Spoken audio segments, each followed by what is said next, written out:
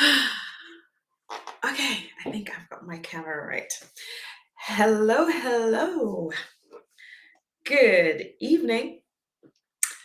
Uh, we're just going to make sure our settings are okay, right? And then we'll jump right into it. Hello and welcome.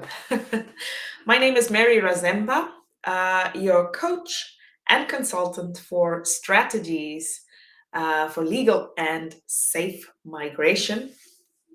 And I'm just going to ask you to invite everybody who needs to hear this. So thank you for joining. Thank you for coming in. Thank you for being here. I need you to invite, share this video, share this live, tweet it, tag somebody who needs to hear this, because I always have something that you need to hear, especially if you're an aspiring migrant, then I always definitely have something for you and something that you need to hear.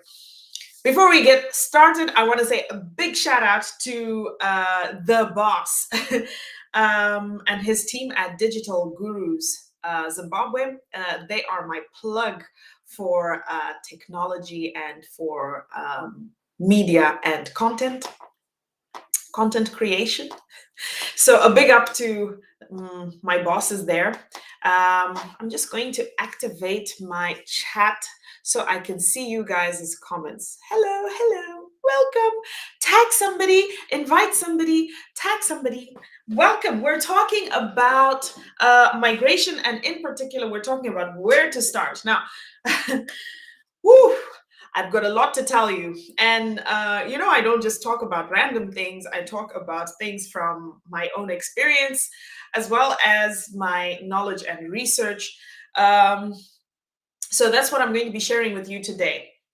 So before we go any further, I want to tell you guys about our nursing program. So if you are interested in studying as a nurse in Germany, then you need to get in touch with us as soon as possible. And with us, I mean me. Get in touch with me as soon as possible, because starting December 6th, language classes are on. So we're going live. The language school is going live on December 6th, and that's for the intake of August. If you already have a B1 language qualification, then and nursing is your thing, because nursing is not for everybody. But if you have a B1 qualification and nursing is your thing, and you think your destiny and your opportunity lies in Germany, then you need to get in touch, because yours is the April intake. So once again, there are payment terms. They can be arranged. They are, it's an apprenticeship, which means you get a stipend, which means you're studying and you're getting a little bit of money. So it's actually quite a great idea. And if language is a little bit scary for you, it's no big deal. I know a lot of Zimbabweans here in Benelux, Belgium, Netherlands, Luxembourg, Germany, and we all speak the local languages, guys. At the end of the day, you learn it, So yeah, it's not that much of a big deal, but opportunities are vast. Trust me. So before we jump into it, I need you to share this video. I need you to, if you're watching on YouTube, I need you to like and subscribe. Subscribe is the word, right? Subscribe. I need you to subscribe. And if you're not watching on YouTube, that's fine. If you want, you can go to your YouTube and save this video and watch it at a later time at your convenience. But I'm available on YouTube, on Twitter, on Instagram, on LinkedIn. I am all over. Thanks to Digital Guru Zimbabwe, guys, I am all over. I'm all over at Mary Razemba, and that's the name that I use. So follow, like, and let's link up. Let's connect. So thank you guys so much for joining. So what am I going to do? We're going to talk about where to start. This is interesting, because I'll tell you, this is how it goes most of the time. If you have messaged me, or if you message me and you get an automated message, and usually the message is, yeah, please leave me your information, your details, so that I have a bit of an idea of who I'm talking to. And most of the time, people give me their age, their educational background, an email address, or whatever. And then I ask, so which countries are you looking at? And what do you want to do? And this is one of the most common responses that I get. I don't know where is easiest? Where is the easiest to go?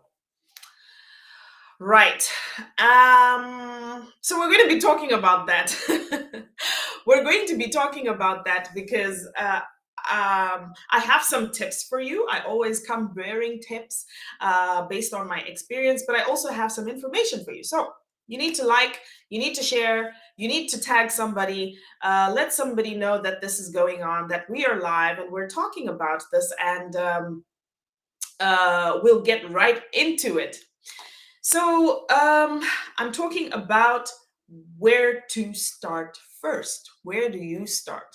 And if you're interested in nursing, then where you need to start is in language lessons, enrolling yourself in language lessons. And these start on the 6th of December, guys. So get in touch if you're interested in that. That's the August intake for 2022. Wow, it's just flown right by, right? Because yeah, 2021 is almost over, and yeah, this is where it starts to get to hurt. Like, what have you been doing? What have you achieved? When you're looking back at the year and you're thinking to yourself, okay, I'm here now, but am I in a different position than I was last year? And where would I have liked to be at this point? But even better, maybe, is a question that you need to ask yourself is, where will I want to be tomorrow? We can't change the past, but we can only forge the future, right? So thank you so much for joining. Thank you, guys. Invite a friend. And we're just going to start, okay? We're just going to start because it's 7 minutes past 7.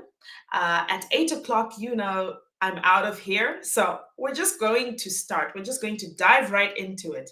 And I think the best place to start, so when I was thinking about this, I was thinking the best place to start is to start by considering which age groups people fall into, classifying people into different age groups. Why? Because depending on which age group you're in, the goals that you have in your life are different. Where you are in your life is different. Your idea of what life is supposed to be or not supposed to be is different. And that's an important starting point, especially when you're thinking about migrating, because you're like, okay, where do I start, right? If you go to my blog, maryrazemba.com, on the blog, you will find I had a look at different age groups for migrating. And the title of that blog is Age is Not Just a Number. And the reason is, depending on how old you are when you migrate, this definitely has an impact on how you will adjust, on what opportunities are available for you, on what your future would look like depending on how you age. So we're just going to go back a bit in time and touch a little bit about that. We didn't do a live about that, but we're going to include it, and you'll understand why as we move along, because this is part of the reason, of the starting point of where you need to start, right? So where do we start? Age is not just a number, guys. Depending on your age, it says a lot about which opportunities are going to be available for you. And I've split it into 3 groups mostly. So I have 18 to 27 years old, and then I have 27 to 35, and then 36 to 45, and then 45 plus, right? So 4 groups. So I've got 4 groups. 18 to 27, that's group 1. 27 to 35, that's group 2. 36 to 45, that's group 3. And 45 plus, that's our 4th group. And if you know a little bit about psychology, you'll understand that people in these age groups, they think a little bit different. Their needs in life are a little bit different. And that makes a big difference when looking for opportunities to migrate. So the first group is the 18 to 27-year-olds. And Guys, these guys have got the energy. I remember I was 21 years old when I migrated for the first time, when I moved to Greece, and I had the energy. Guys, I mean, to learn the language, I learned Greek. I speak Greek, and I had the energy, and within a year I was talking, and then in the next year I was already in university, enrolled and following all my classes in Greek. And this wasn't even my mother language, it was like a very new language to me. And I remember people saying to me, "Oh yeah, wow, how do you speak the language so fast?"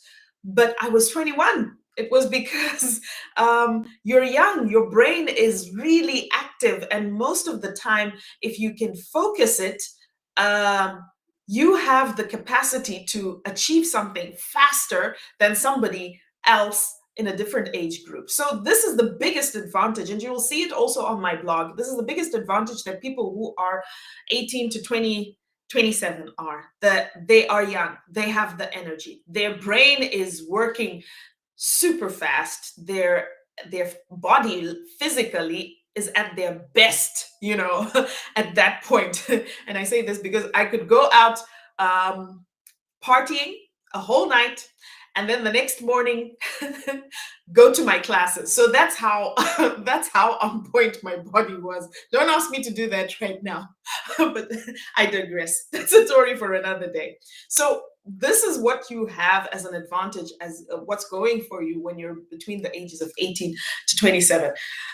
So what do you need to do? Where do you need to start from when you're 18 to 27? You need to know where your passion lies. You need to know where you're going, because understand something about this age group. They are full steam ahead, but most of the time they're lacking direction. They don't know what they want in life, or they think they know they want what they want in life, but what they want is sometimes maybe a little bit too idealistic. So it's a vulnerable age. And although they're physically in their prime, mentally, they're not in their prime. And this is their biggest disadvantage. But because of their physical prime, it means that there are a lot of opportunities available for people in this age group. And I'm talking about, if you're looking at Europe, I'm talking about studying university, college, because it's the time when you finish high school. So going to university at a European university is a big thing.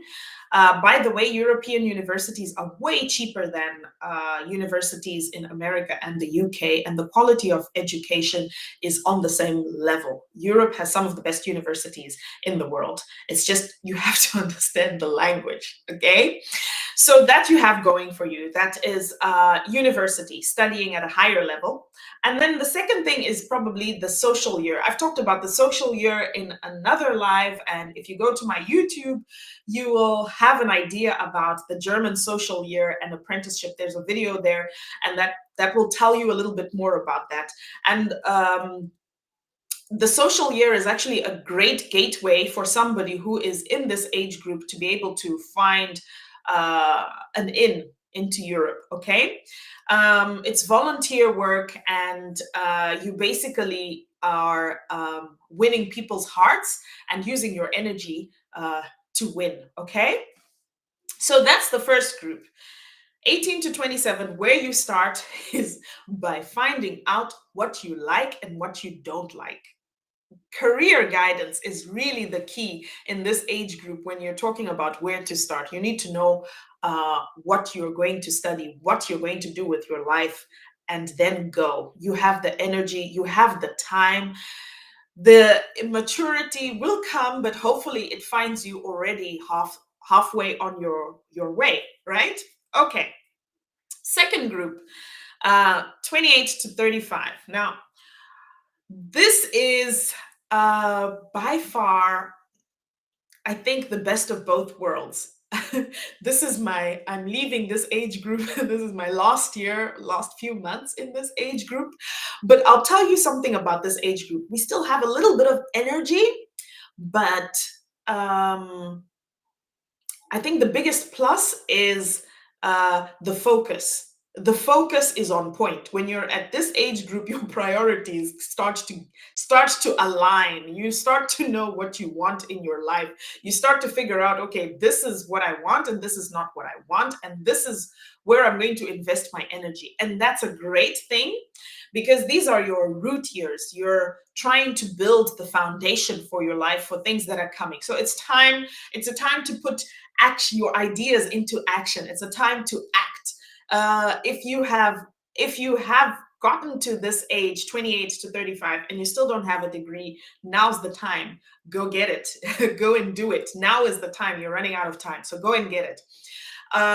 If you are still considering migration and you're between 28 to 35, now is the time. You need to put the wheels in motion. It's a new year. Let's make some resolutions, but more than a resolution, you need to put ideas into you need to put action into your ideas. You need to put momentum and start working on it. And this is a great age group because your energy, like I said, is still pretty good. You just have to, and your focus is also pretty good. So you've got these two things going for you, and you just need to align them so that you can find your goal. What opportunities are there? 18 to 35, it's not too late to go for that degree. As long as you know what you want to do, as long as you have a plan, you've created a plan and you're putting it into motion and you're focused, then that's what you need to do. So enroll in that degree. Volunteer work is a possibility. Like my associate Kumbirai says, there is no age limit. And personally, I don't think it's a problem to migrate when you're 28 to 35, because you still have about 30 years of service in you. Okay, because people here, right, retire when they're 67, 65, between 65 and 67, depending on which European Union country it is, and also depending on the population, because that's set to go up. We might be looking at 70 years of retirement in a bit, but this is something to do with the aging population. But that's a story for another day. Okay. So we've talked about the first age group, 18 to 27, and we said here you need to know where your passion lies. You need to figure out what you want to do with your life, and that's your starting point. 28 to 35, we've said you have amazing energy. Your mental capacities are raring to go. You have that focus and that drive and that motivation to put your ideas into motion, and that's what you have going for you when you're between this age group. We said the opportunities are social year, degrees, but you just need to put the action behind the idea. So it's about putting the wheels into motion, all right? Because these are your prime years, okay? And then there's the third age group. And I have a lot of people who contact me who are in this age group. And the third age group is 36 to 45 years old. These are the years of building your legacy. Basically, when you enter this age group, you want to have already established something. You want to already have a base. You want to already have, or at least be rounding up that degree, because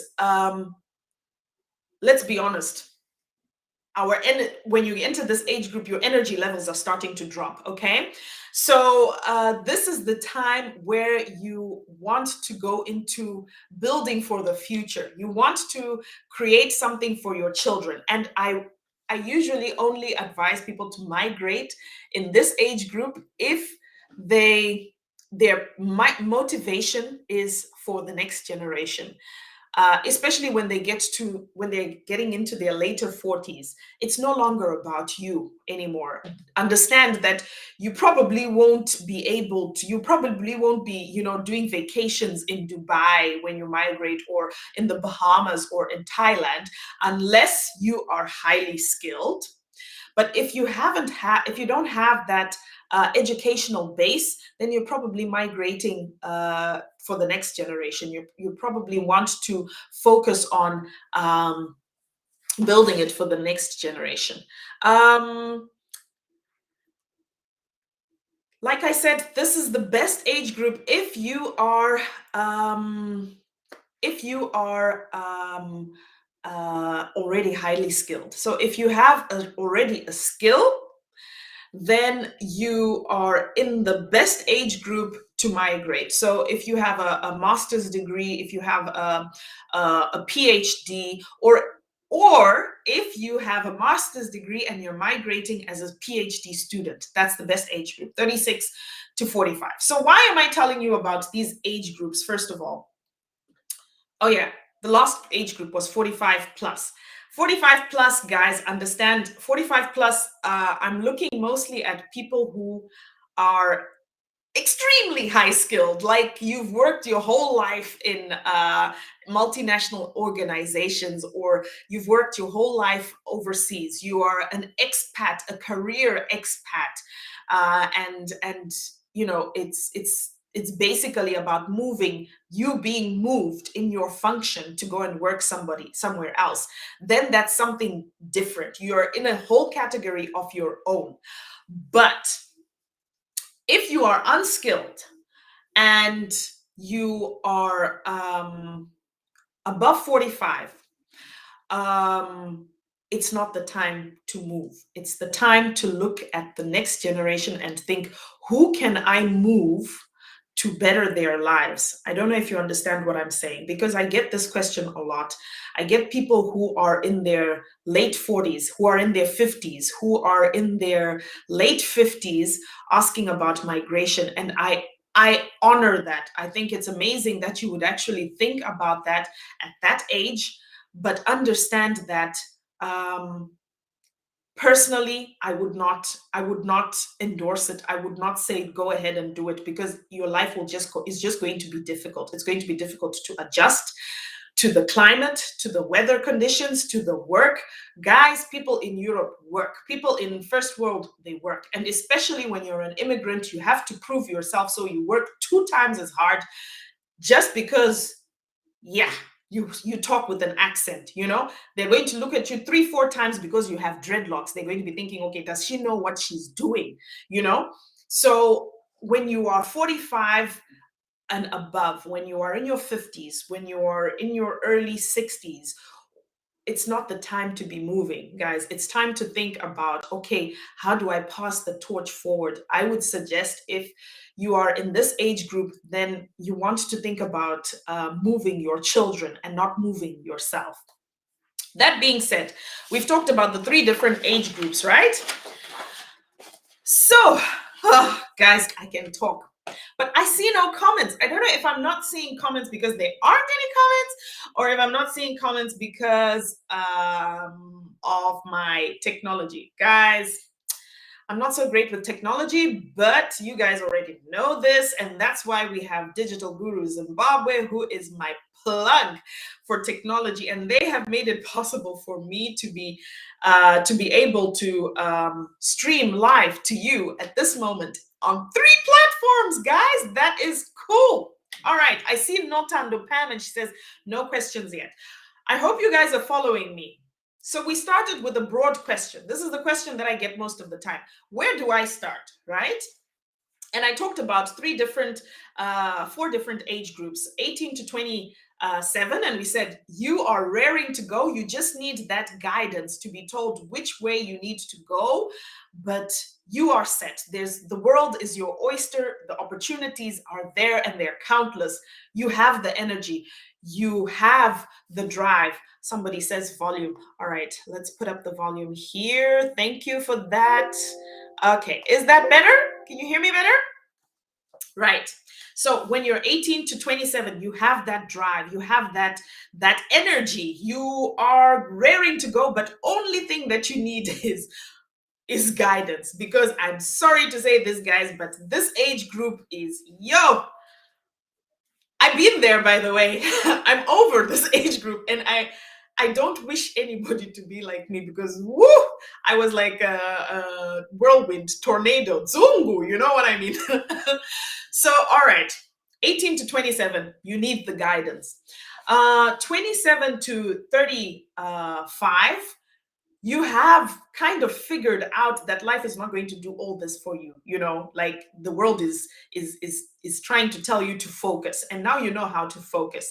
So 27 to 35, I would say this is your time, your best time. This is your prime, the prime of your life, the time that you need to start building those roots, digging deep and building those roots and growing. If you haven't, if you need to go study, go migrate to go study, migrate to go work, migrate to build a future for your children. But this is the best age, in my opinion, because your brain is right and your body is still right. And then we have the next age group, which is 37 to 45. And I said, unless you're highly skilled, then you can move. But this is the best age group to start thinking to yourself, I'm building for the next generation, I'm building for the future. And then when I said when you're over 45, I would not suggest it unless you are a career expat, as in you've been doing this for all your life. And yeah, companies are fighting over you to place you. Then that's a different case. But because over 45, we're thinking about building for the next generation.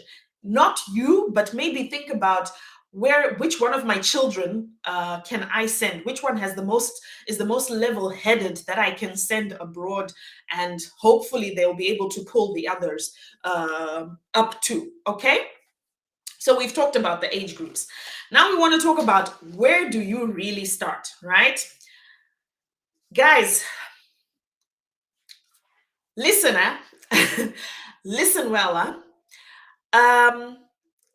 you need to find information. You need to do your research as if your life depended on it, because it does. You need to be the master of Google. And now I understand that Google, um, sometimes you have to type the right words, and especially when you're thinking about Europe, you have to maybe understand the language for you to be able to find what you're looking for.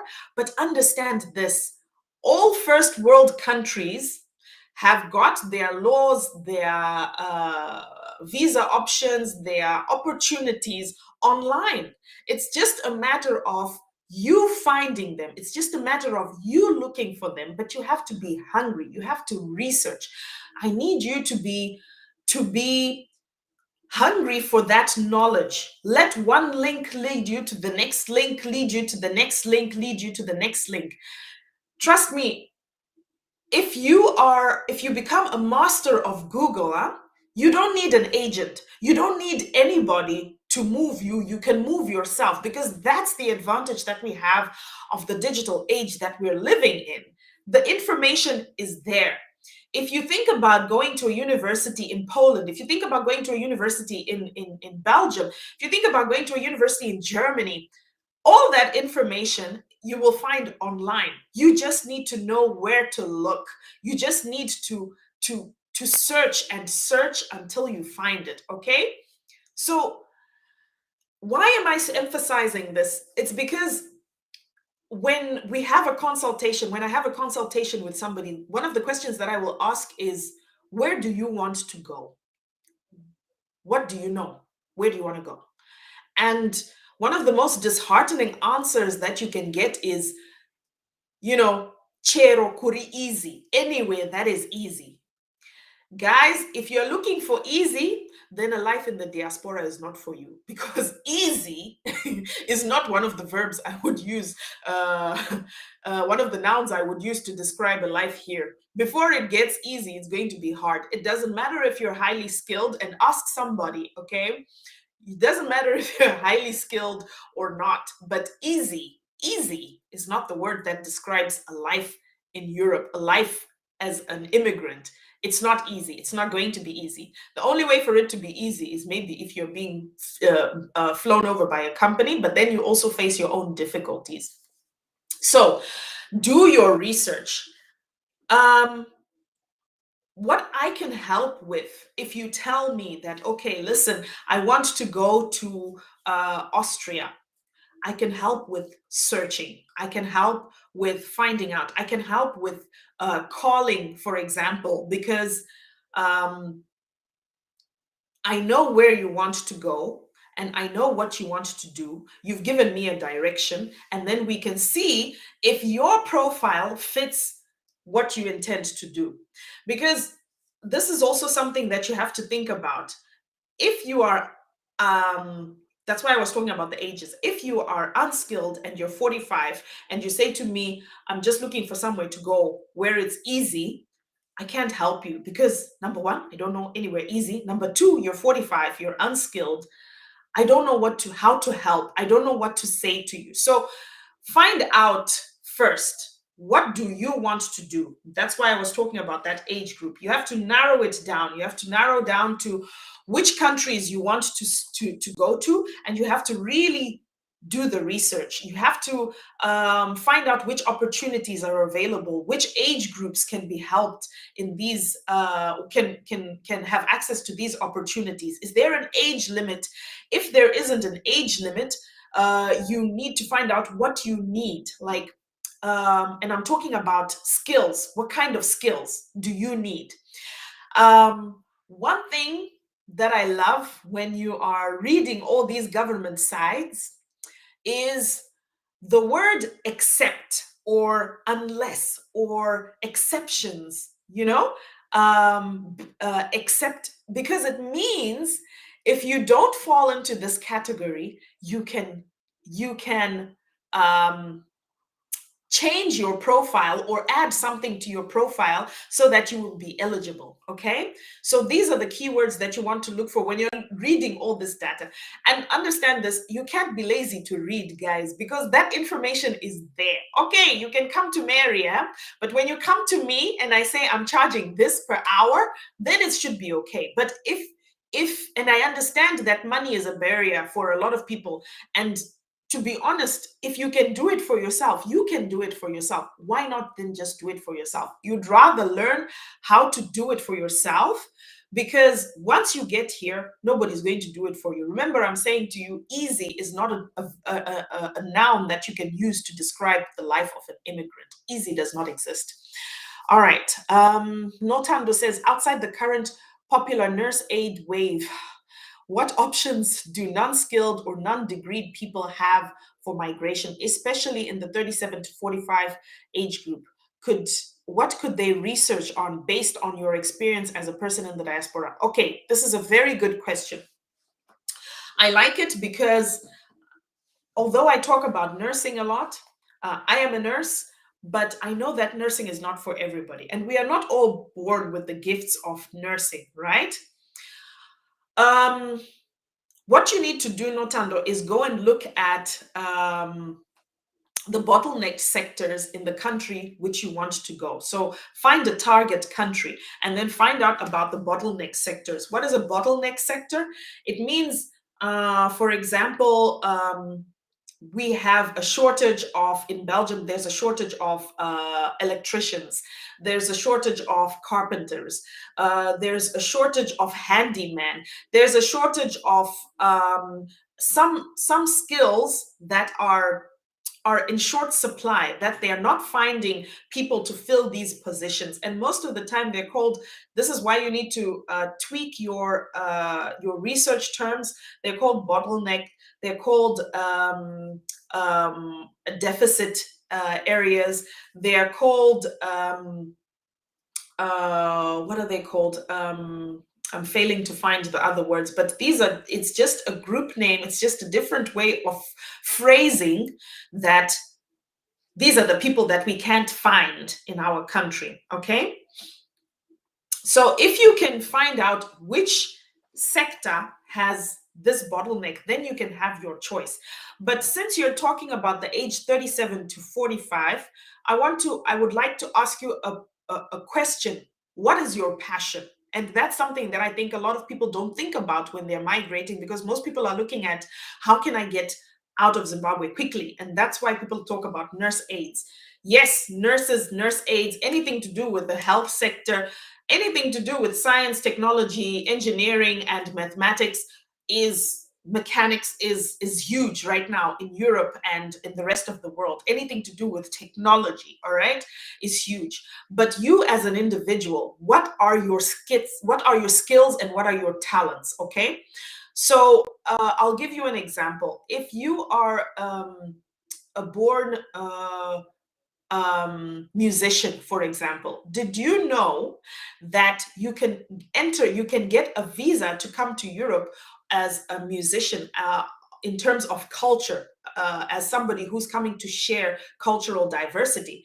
If you are a musician, for example, somebody who sings with mbira or something, and you can get a visa to say, I'm coming to do uh, a cultural exchange program, and then spend the rest of the time just going around one country, one European country to the next, teaching people about Mbira, Uchitamba, Osho, and the whole thing. And this is what people don't know. People think, Kuti, you're just supposed to have a blue collar job, or we're all supposed to go and do nursing. But there are other sectors, there are other niches that if you deepen yourself in, if you find yourself the knowledge and you build a base within that, you will be able to find a way in. Okay. So I advise you to look at the bottleneck sectors. Look at, find out what your passion is. What is your passion? What are you really good at? What is your legacy? When people think about you, Notando, what is the first thing that comes to mind? Are you Notando the dancer? Think about IASA, guys. IASA has traveled, Europe has traveled all over the world. They're dancers, okay? Think about Oliver Mtukudzi, traveled all over the world. Dancers, okay? So it's not necessarily just educational. It's not necessarily that we are all meant to be nurses, or we're all meant to be engineers, or we're all meant to have PhDs. But you have to look also and appreciate your own skills and try and see how your skills, your personal skills, can get you a place. How do you stand out in the billions of people? And if you can highlight on that, then you will definitely find a way. Okay, then there will definitely be a position for you. So we talked about number one is research. Okay, I hope I answered your question, Notando. So we're talking about where do you start when you're looking to migrate? And we've talked about age, guys, the different age groups. And then we've talked about what applies to the different age groups. And then we're talking about now where to start. And I said number one is research. You need to find that out. But beyond research, I touched on it with Notando right here. Beyond research, you have to know thyself, know yourself, because it's no point for you to go and do Red Cross and this and this and this, and become a nurse aide, and then come here and be so miserable taking care of people. You understand? Because that's not going to be sustainable. And the most painful thing for me is when I have somebody in my inbox who says, for example, I have a degree in marketing, for example, okay?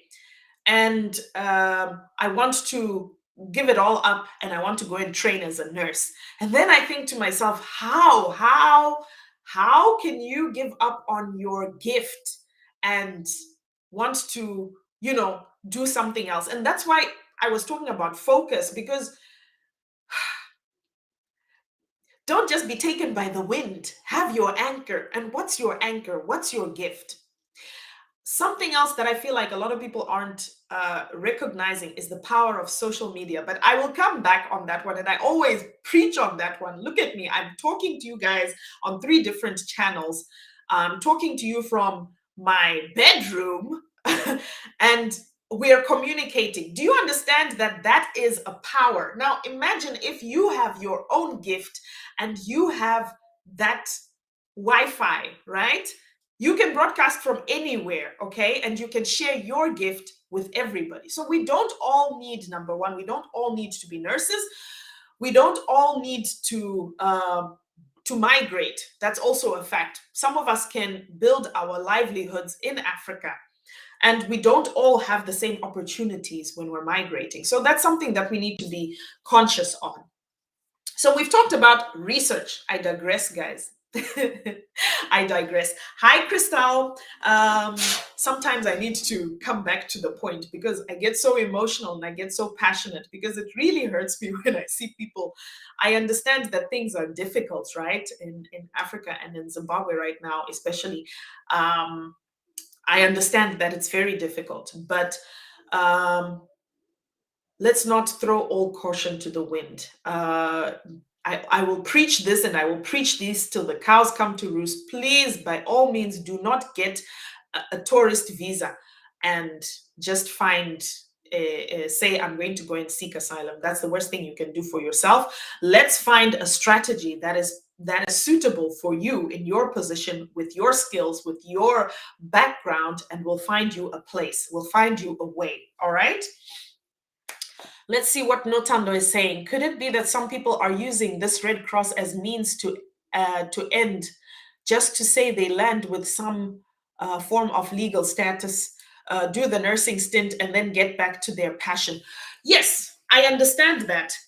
Yes, um, that's something that people are doing.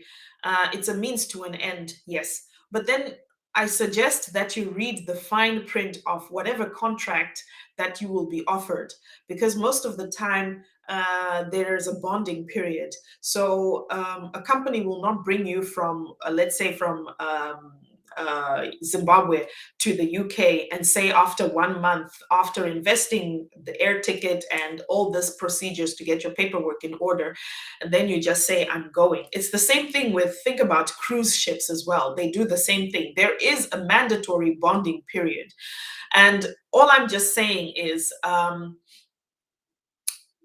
at the end of the day, you will be faced with a choice of whether do I finish this bonding period with the company doing the same thing that I am doing, or do I move on and take the risks that come with it? And that's the worst thing that you can do, is just to say, you know what, your contract is your thing. I'm just going to do my own thing. And that's why I'm saying you have to know where you are, who you are, and why you're migrating, and what position.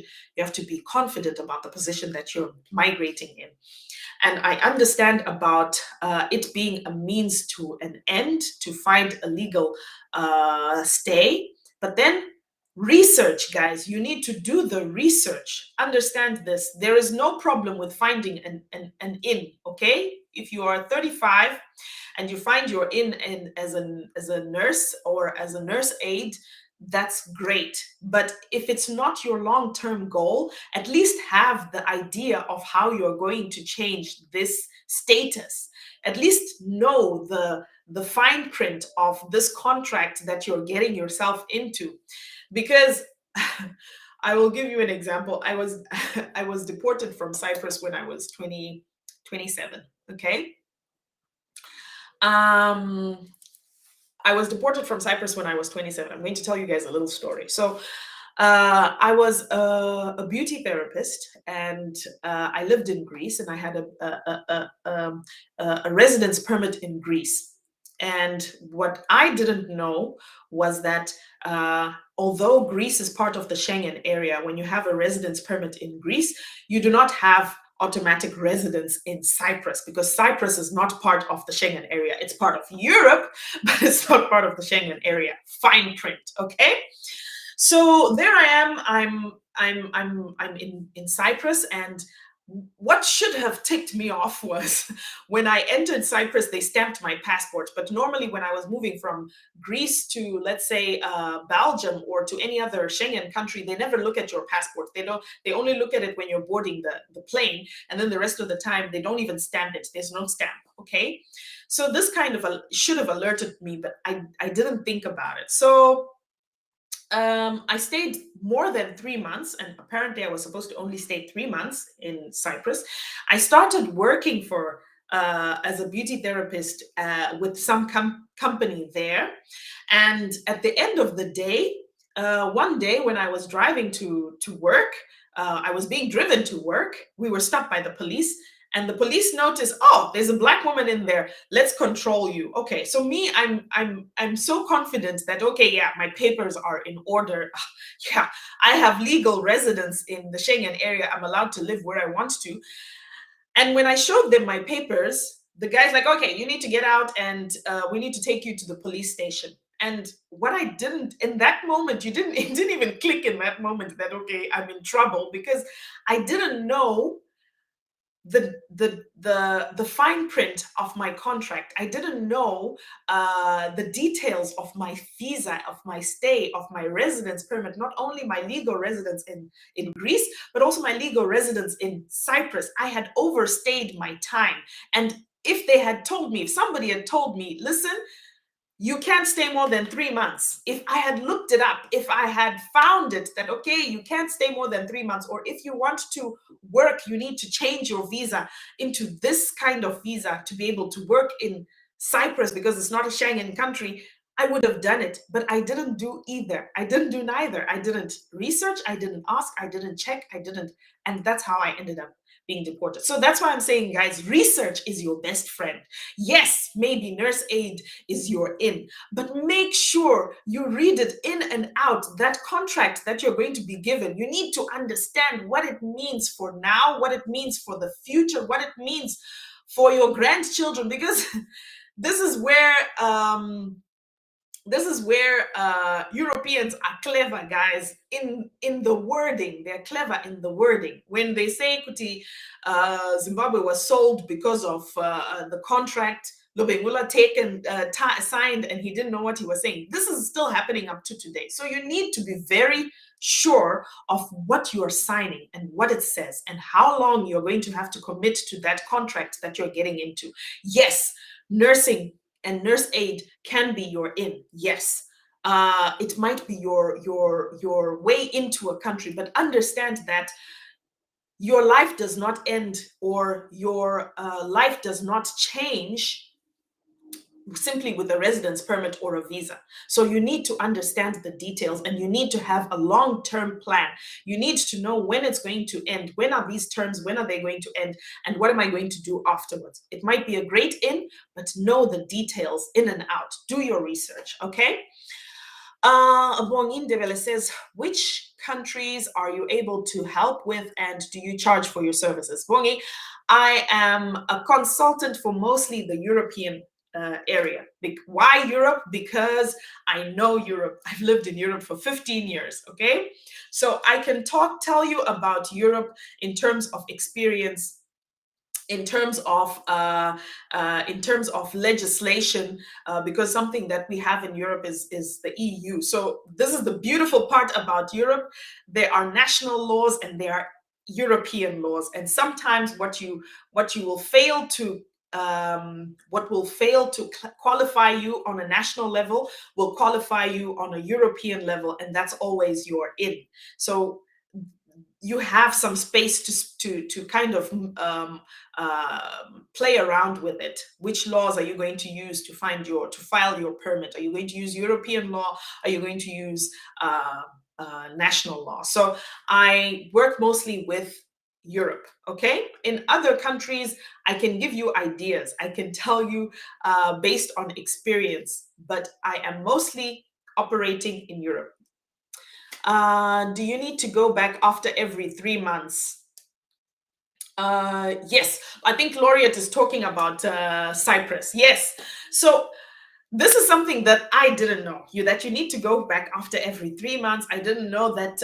In fact, I wasn't allowed to work. I could change my work permit, and it wasn't even that difficult to change my residence permit to a Cypriot residence permit, but I didn't know. So research, guys. You need to always find out, have the detailed information. And she's replying to Bongi. She says Germany. I don't just talk about Germany. I talk about Germany. I can tell you about Germany, Cyprus, Greece, Belgium, the Netherlands, Luxembourg.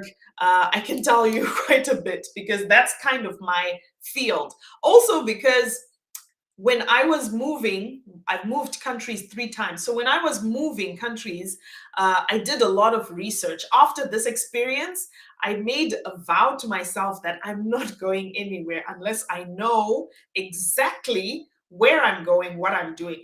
I was in that age. I was like 29. So I was in that age. So, that focus age that you need to know exactly what you're doing. Okay. If I get a nursing house building, am I allowed to visit Africa during my study stay visa? Of course you are.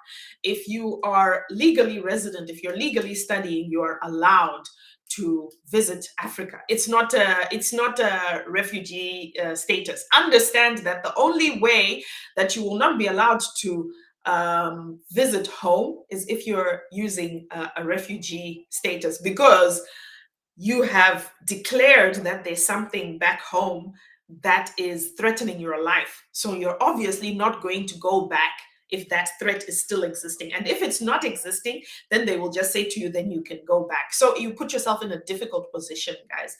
Please, please, please, please do not use the refugee route unless your life depends on it. It's not a golden ticket. Yes, my research is key, especially when you're thinking of relocating to another country. Exactly. So we talked about research. Now I'm going to give you guys, it seems like we've only got 10 minutes, but I'm going to give you guys some guidelines for how you should go about it when you're thinking about relocating. So we've talked about research, and research, you're finding out where are the opportunities for me, what do I need to have, which area is the best area for me to live, why is it the best area for me to live, and then building on that, you need to know where exactly you're going to go. So by where, I mean which city, and why are you going to this city, and what opportunities are available for you in the city. Laureate says, haha, tell them refugee is not an easy process. Guys, refugee is not an easy process, guys.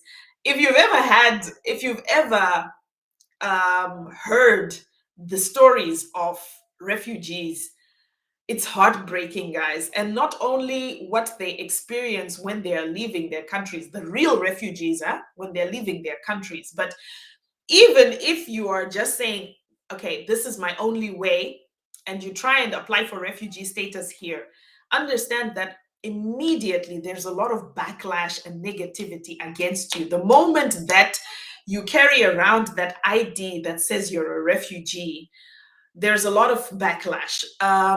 Psychologically, it's not easy. Emotionally, it's not easy. You're treated like a criminal because you're basically being asked to tell us or to prove if your story is true.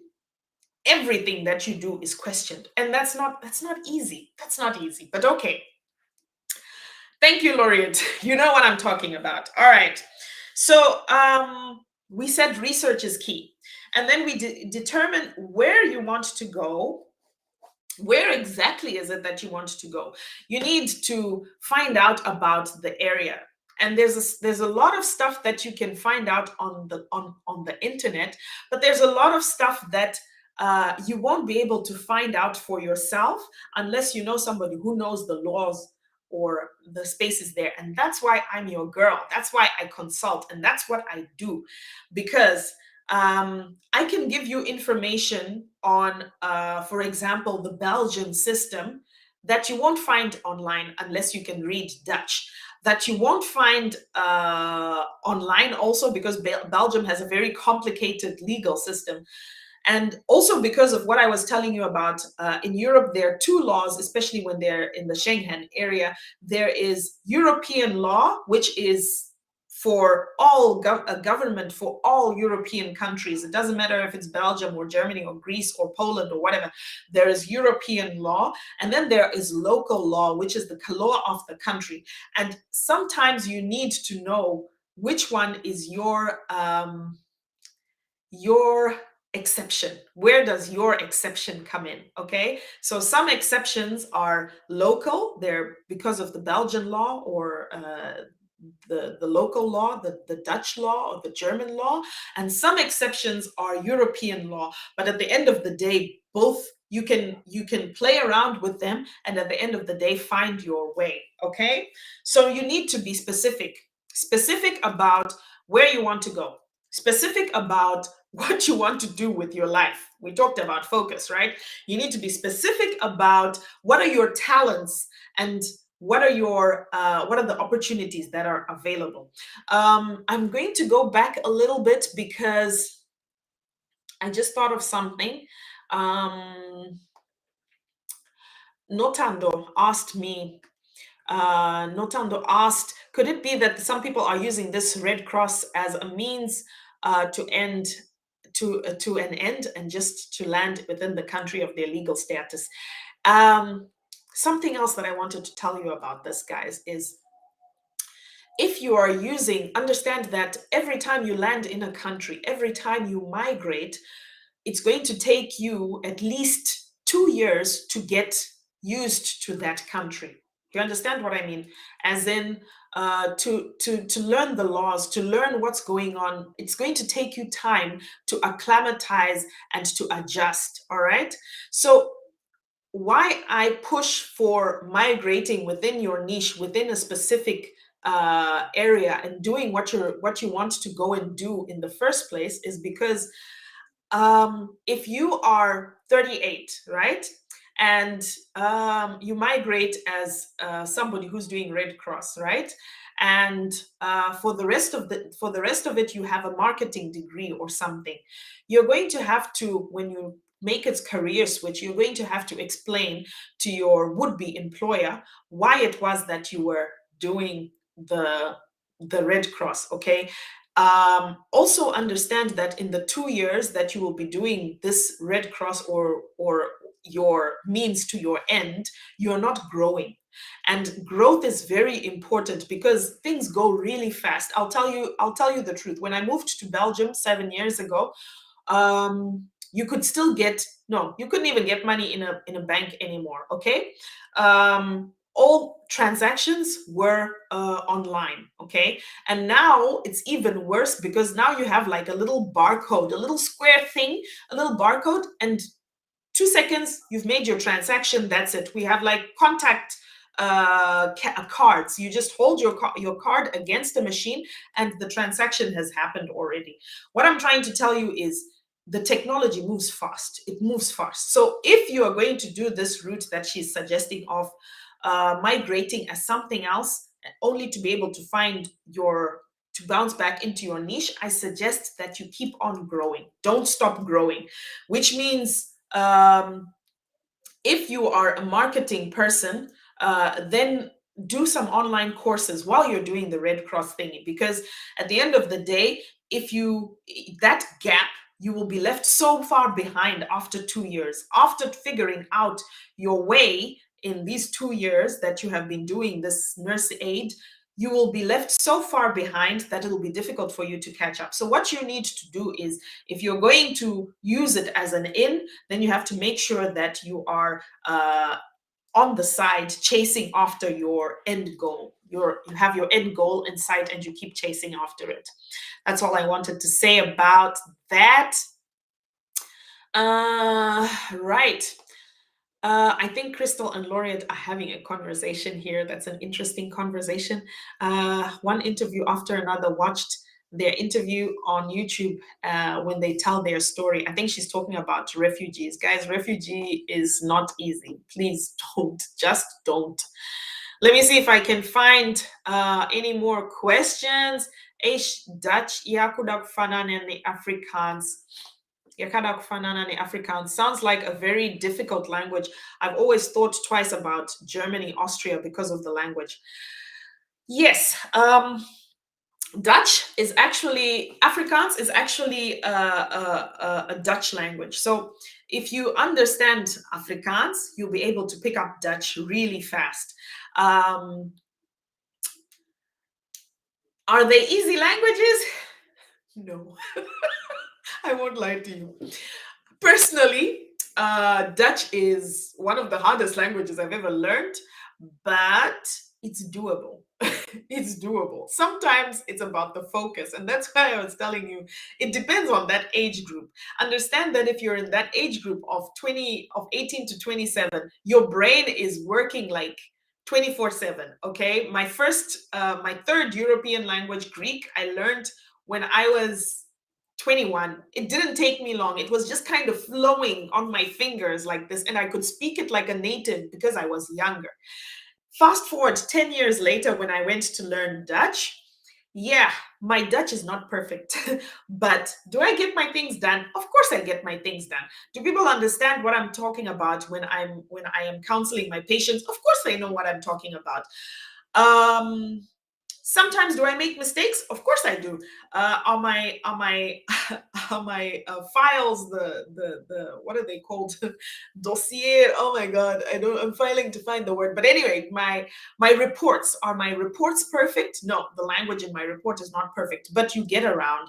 And this is something that I think is beautiful about Europeans.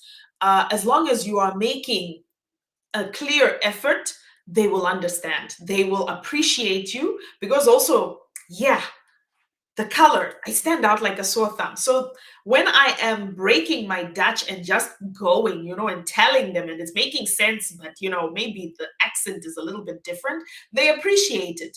So what am I trying to say? No, it's not easy. But like I said, please, this one is going to be my motto. I think I'm going to put this on my Facebook because people need to understand. If you're looking for easy, guys, then the life of a migrant isn't it. Look somewhere else. Okay, then stay home with your parents, with your mother and your father, and speak your own language, because life as an immigrant is not easy. Easy is not a word that you can use to describe it. Okay, that's just what I'm going to say on that. um Krista, she says, all right. Krista says, is it easier to bring kids over with you as a mother into Europe when applying for your visa in Africa? Let's say a student visa. Oh, that's a good question. That's a very good question. Understand that if you're going to bring your kids with you as a student, you're going to have to be able to prove that you can take care of them. Okay, there are some countries that will allow you to say, okay, bring them as a visit. Okay, they're coming to visit. But if you are immediately going to bring them with you, then you have to have some way to prove that you're going to be able to sustain them. The easiest would be if you already have existing family ties in the country that you're moving to, and then you can say, well, my kid is going to come visit or something, or they're going to come and my sister is going to help take care of them, or my sister is willing to sponsor or something like that, then that's a little bit easier. But immediately to say I'm applying for my student visa and I'm applying for my kids visa, I think sometimes it's a little bit tricky, although I do know of some people who have pulled it off. The details I can't tell you because I don't have them 100%, but I'm not sure if that would be easy. Okay,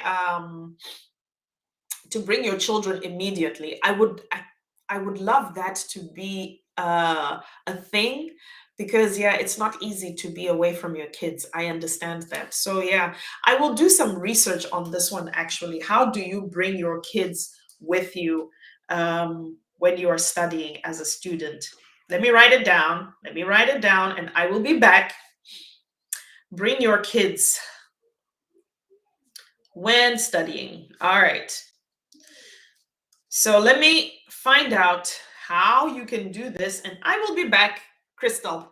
I will come back with feedback. Okay. Let's see. Replying to Laureate, true. If it's not an easy process. No, it's not an easy process. Let's read some more common sound advice. Thanks. Thank you.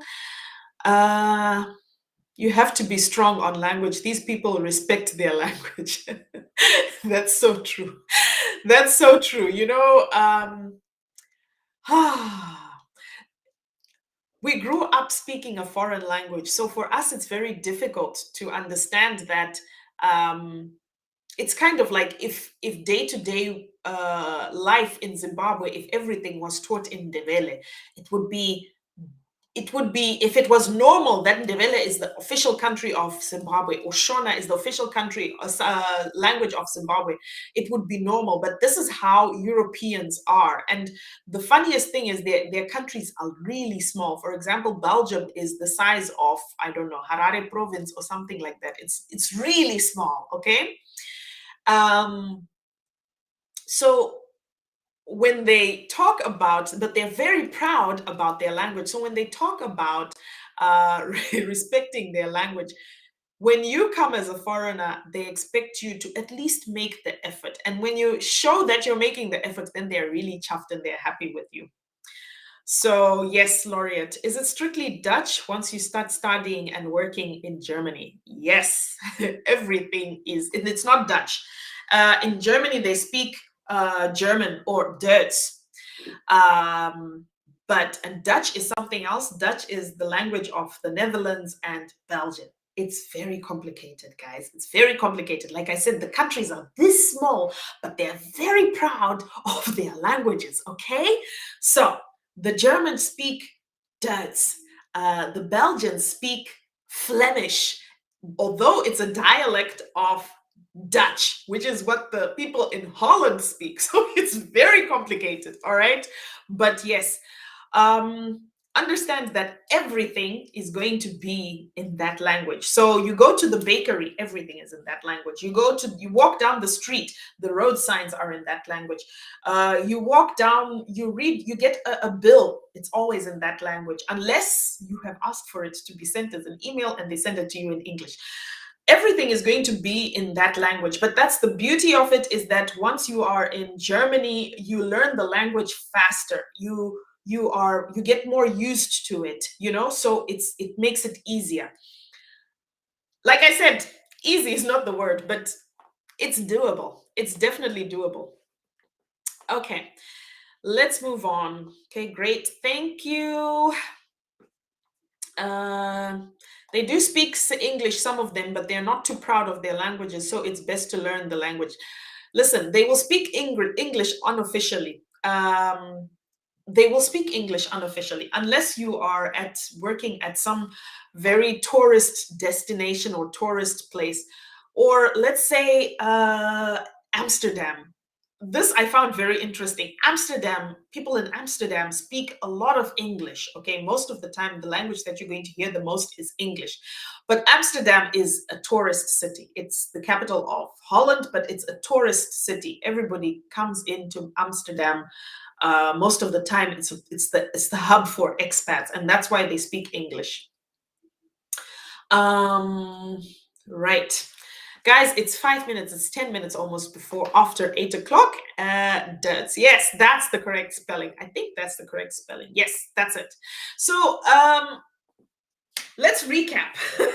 Let's recap and then we can close it off here. Where do you start? We said number one, research.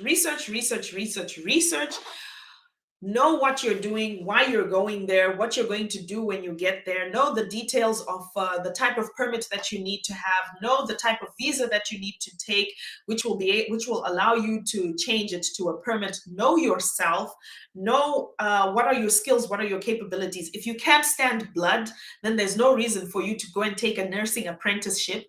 So know yourself and look for opportunities that are maybe suited to you. If it's difficult for you to understand, because I understand that sometimes it's difficult to have an idea of what kind of jobs are available, you can always reach out. And that's why I do consultations as well. So you can reach out and we can talk about it. You can tell me a little bit about yourself and I can try and look for something on the ground and see if it's a lucrative way for you to migrate. Okay, so don't hesitate to get in touch. So research, ask, listen, read, know exactly the specifics, why you want to move. Motivation, guys, know exactly why you're moving. your motivation, because your motivation is going to keep you alive. Remember, and I don't say this to scare you, but easy is not the word I would use to describe the life of an immigrant. So you need to be very motivated. You need to know why you are here and what you come here for. You need to know what you're doing. Okay, so motivation is very important.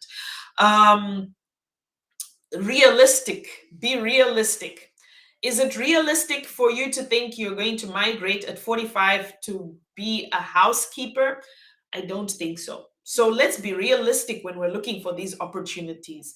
um let's be realistic. Another thing that maybe you need to do is time. That's the last thing I'm going to tell you guys, but it's about time. Um, Understand that a goal without a timeline is a dream, and dreams don't come to reality unless you put action into them. So give your goals a timeline. So if you want to be in Belgium or in Germany or in the Netherlands or in Austria or in Denmark, or wherever it is that you want to be, or even Australia or UK or whatever it is that you want, wherever it is that you want to go, if you want to go there, put a timeline on it, okay? Figure out what it is that you need to do and when you need to do it to make sure that you are there by this time. So put a deadline, give yourself a deadline, because otherwise it never happens, okay? I have a lot of people coming into my inbox, um, asking about German languages, asking about how do I move and how do we get the ball rolling. But to be honest, a lot of people come back after 2-3 months and they're still at the same place that they were. So understand how important it is to give your dreams a timeline, and that's when they become goals, and that's when they become real, and that's when they're achievable. So time, okay? Talking about time, I'm about to close off. Talking about time, if you are interested in nursing, if you would love to go and study the nursing apprenticeship in Germany, you need to get in touch, because next week, the 6th of December, lessons start. Now, I've talked to Kumbirai, who was here last week. I've talked to him, and we're giving you guys an extension for enrollment, which means if you can't afford to pay the deposit right now, we will allow you to stagger the deposit up to a later date, and I will give you the details for when this date will be. And then you can enroll yourself in the lessons. But it's about time, because we're hoping to have 25 at least, maximum 50 nurses leaving Africa to go to study in Germany by August of 2022. There is also, if you already have your B1, there is also an intake for April. So if this is you, if you're interested in this, then get in touch. If you're also interested in social year, and why I talk about Germany so much is because Germany is the leader of the pack right now, guys. What's happening in Europe is not, it's crazy. It's crazy. Last week, I had 4 or 5 hospitals calling me to ask me to come and work with them. I'm employed somewhere, okay? I work part-time and I'm employed, and I have people asking me to come and work. Why? Because there is such a shortage of nurses, there's such a shortage of healthcare professionals, there's such a shortage. So if nursing is your calling, then you need to get in touch, okay? If nursing is your passion, it's your calling, and Europe feels like, if I haven't scared you too much with what I've told you and you're up to the challenge, then yeah, definitely get in touch and let's figure out a plan for your safe and legal migration. All right, guys, it's time for me to call it a day. My weekend begins here. I'm not working this weekend, so I'm going to go and have a little bit of a relaxed time, calm down from all the craziness. One more thing I'm going to tell you guys. When I say life is not easy in Europe, guys, I swear I was almost in tears the other day, because I was planning a trip to go to Zimbabwe, and then Omicron just did its things, and now No trip, no Zimbabwe. And this is something that's difficult. One of the difficult parts about living in the diaspora, everybody thinks, oh yeah, every life is easier, everything is easy. But the mental and the emotional part are probably the hardest of life in the diaspora. And with that in mind, this is just an idea, not an idea, but it's a future project, upcoming events. I'm going to be doing a podcast on life in the diaspora, and it's going to be called Diaspora Diaries. So look out for that sometime at the end of the month. But like I said, I talk too much and I'm 15 minutes over time, so I'm gonna leave now. Thank you so much for joining. Thank you so much for being here. Share this video, share this information if it's going to be useful, and get in touch if you want to move to Germany as a nurse. If you're interested in the 2022 August intake, get in touch. That's you. Get in touch. All right, guys. Have a great weekend. Take care and see you next week.